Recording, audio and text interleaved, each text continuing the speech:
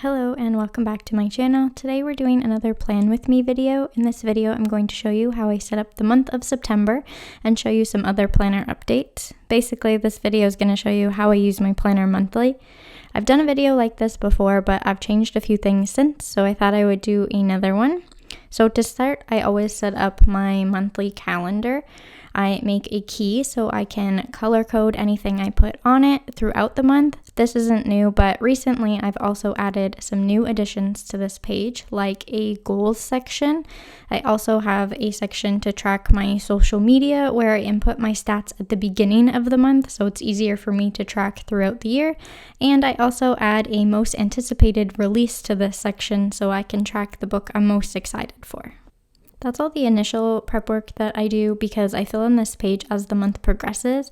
On the actual calendar, I like to keep track of all my social media posts, my YouTube video schedule, my workouts, and any personal events I have going on. Color coding it helps me easily track or schedule each thing. Sometimes it's just a log to reflect on, but other times I use it to actually plan a schedule in advance. So there may be some sections of this video without any voiceover because it's pretty self-explanatory, but I will briefly talk through each update I do when I get to a new section. I will also leave a list of all of the pens that I am using in the description below. After the calendar, I usually plan out my monthly TBR. I'm not a strict TBR follower since I am a bit of a mood reader, but I do like to have a list of books in mind each month just in case. If you follow me on Instagram, you have probably already seen this section of the video since I post a time lapse of my TBR on there every single month. But in case you aren't on Instagram or maybe you just missed it, I thought I would still include it in this video since it is something that I do monthly.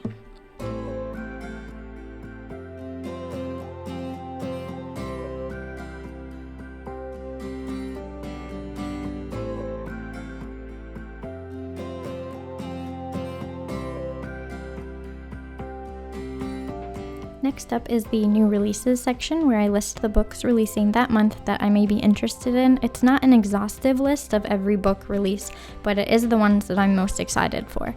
I've had a few people ask where I get this information. Some are from Goodreads or Instagram, but I also at the beginning of each month sit down and use Google to look up which books are coming out that month in particular, and then I make a list of the ones I'm interested in and when they come out.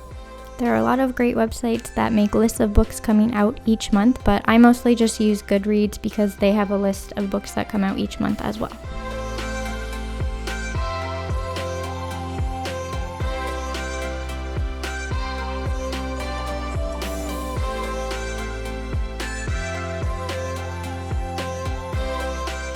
Next, at the beginning of each month, I prep the wrap-up page. I used to use the dot grid section to track habits and my shop stats, but the last few months I've been trying something new, which is a pages read bar graph.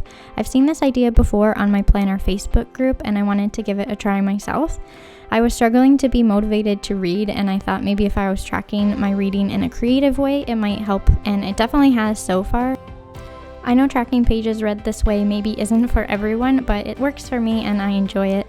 So every month I prep the graph by inputting the dates and the amount of pages read broken up in increments of 20, and then I fill in each day with a bar graph representing how many pages I read. I also use different ink colors to track different books.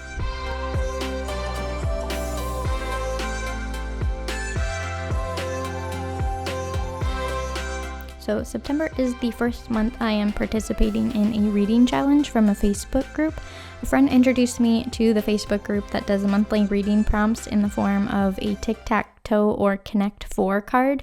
So each month you sign up at a particular time and then someone creates a card of reading prompts for you and you try and cross them off. September is the first time I'm trying it, so I wanted to have a place in my planner to write out my card of prompts. I actually didn't mean to sign up initially for Connect 4.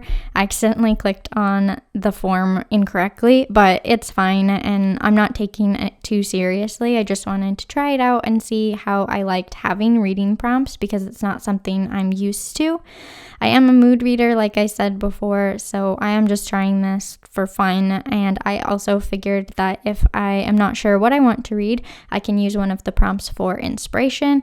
I think it is a fun and creative way way to do it. I know a lot of people rely on these things monthly, so I thought I would just try it out. So I just used the notes page in my planner to create this section. It's not anything special or fancy, but until I know if I like participating, I didn't want to do too much. So I just made the little card and wrote out each prompt, and I left room to fill in which book I use for which prompt.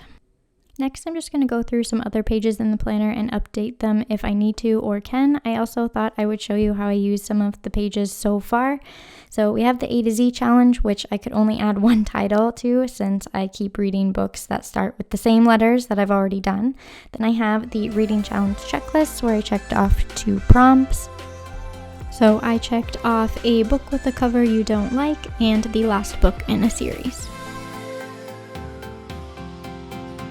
Next, we have the books to read checklist, which I use as a reading log as well as a long form TBR, so I added 1 title as well as its star rating.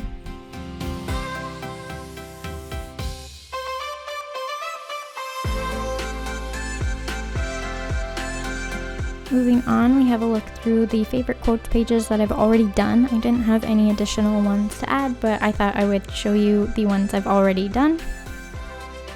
I like to update this page every few months or so once I have a lot of quotes to add at once. Then we have the book series tracker page where I marked off a trilogy that I finished.